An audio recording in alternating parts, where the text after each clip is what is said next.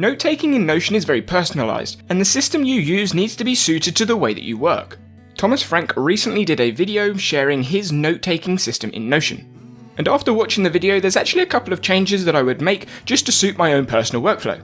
Subscribe and hit the notification bell to stay part of the conversation. For free Notion templates, check out the link in the description below. So when taking notes, there's two main areas that you're going to be looking at. You've got your inbox, which is where you capture all of the information, and then you have your storage, which in Thomas Frank's setup is called notebooks. When using the system, the first and most important part is being able to capture something quick and convenient, which is what the inbox is for. Then once you've captured the notes, you need a quick and convenient way to keep everything organised in storage. And the way that things are organised is where the different structures in Notion can change and give you pros and cons depending on which one you choose. In Thomas Frank's setup, he's used different databases for each notebook, so he can use linked databases in his status dashboard view. But I would go around the storage in Notion slightly differently. So you can see the dashboard is still very similar. There is still an inbox where you can put all of your notes, looking for open, urgent, and archive notes, sorted by the updated time so you can see the most recent note that you've just edited. And then there's views where you can see open and urgent notes, or uncategorized notes, because the way that I've actually stored these things are through relational databases with notebooks and categories, which is where the main difference between this setup and Thomas's setup is. So you can see instead of having different databases for each notebook, I actually have a database for all of the notebooks. What this allows me to do is have open notebooks, active notebooks, archived notebooks, so I can filter for those notebooks in that way. So when we go into this notebook page, you can see I've got all of the notes that are related to this notebook. I then have categories as a separate database, so I can categorize my notebooks or categorize my notes, it's up to me.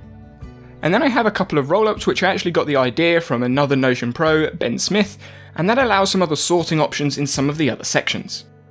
But in the main content of the notebook, you've got the linked database of all the notes. And this will only show the notes specific to this notebook, so you can sort by last updated, sort by a category, sort by open or urgent, and any other sort or filter that you want to have with those notes.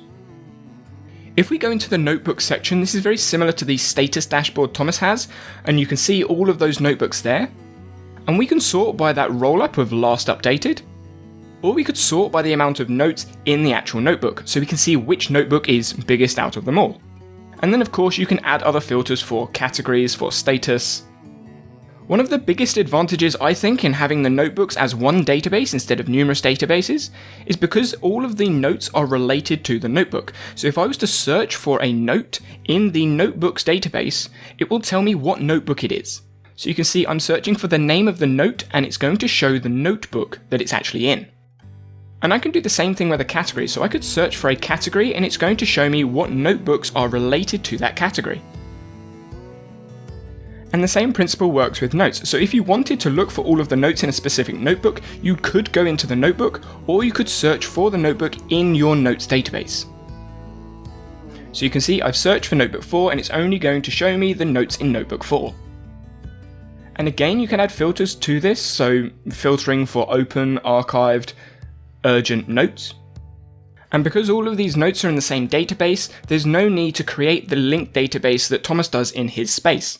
That does mean, however, that we need to treat categories slightly differently, because if we were to have a select property for the categories, essentially we would have a massive long list of all of the different categories in the notebooks. So instead of using a select property, I've actually created a categories database. This is similar to the master tag database that Marie Paulin talks about, but essentially this works exactly the same way as the notes and the notebook database. You can just link the category to either the notes or the notebook that it's related to. This means if you've got overlapping notes in different notebooks, but they are in the same category, you can look at the category and you'll be able to see the notes from different notebooks in the same place. And again, you can sort by notes counted, updated, or any other property that you want to add into the database. The process of creating a note is really simple and quick, so you can go in, add a note, title it a really good book. You can add the notebook in right here, so you don't have to click and drag or do anything else, you just find the notebook. Same thing, you can add the category in right here, and then write whatever note you need. And because you've added in those relations and the status, it's not going to show in the inbox because you've actually sorted them and they are in storage. Because when I go into the filter, you can see status is not archived and the notebook relation is empty. And we can check that note is stored by going into Notebook 2, and you can see there it is, a really good book, all sorted in the right notebook with the categories, and everything is done. If you wanted to create a notebook, you can just add a notebook in, title the notebook, and click on the template, and what that template does is it automatically creates the relation between all of those notes and that new notebook. So when we add in a new note, let's say note 6, when we go back to that notebook, it's already related to the notebook, and everything is sorted for all of the other views because this is all in the databases. I'm just going to change the emoji because it's not actually a new notebook now, and then if we go into the notebook section, you can see there's the new notebook with the note related. If we go into the notes section and have a look at all notes, you can see there's note 6 related to notebook 6. And because I use space repetition and active recall in Notion using my flashcards database, it's easier to relate the notes database to my flashcard database rather than having to link all of those different notebooks. If you're interested to see how I use space repetition and active recall in Notion, check out this video over here and I'll see you there.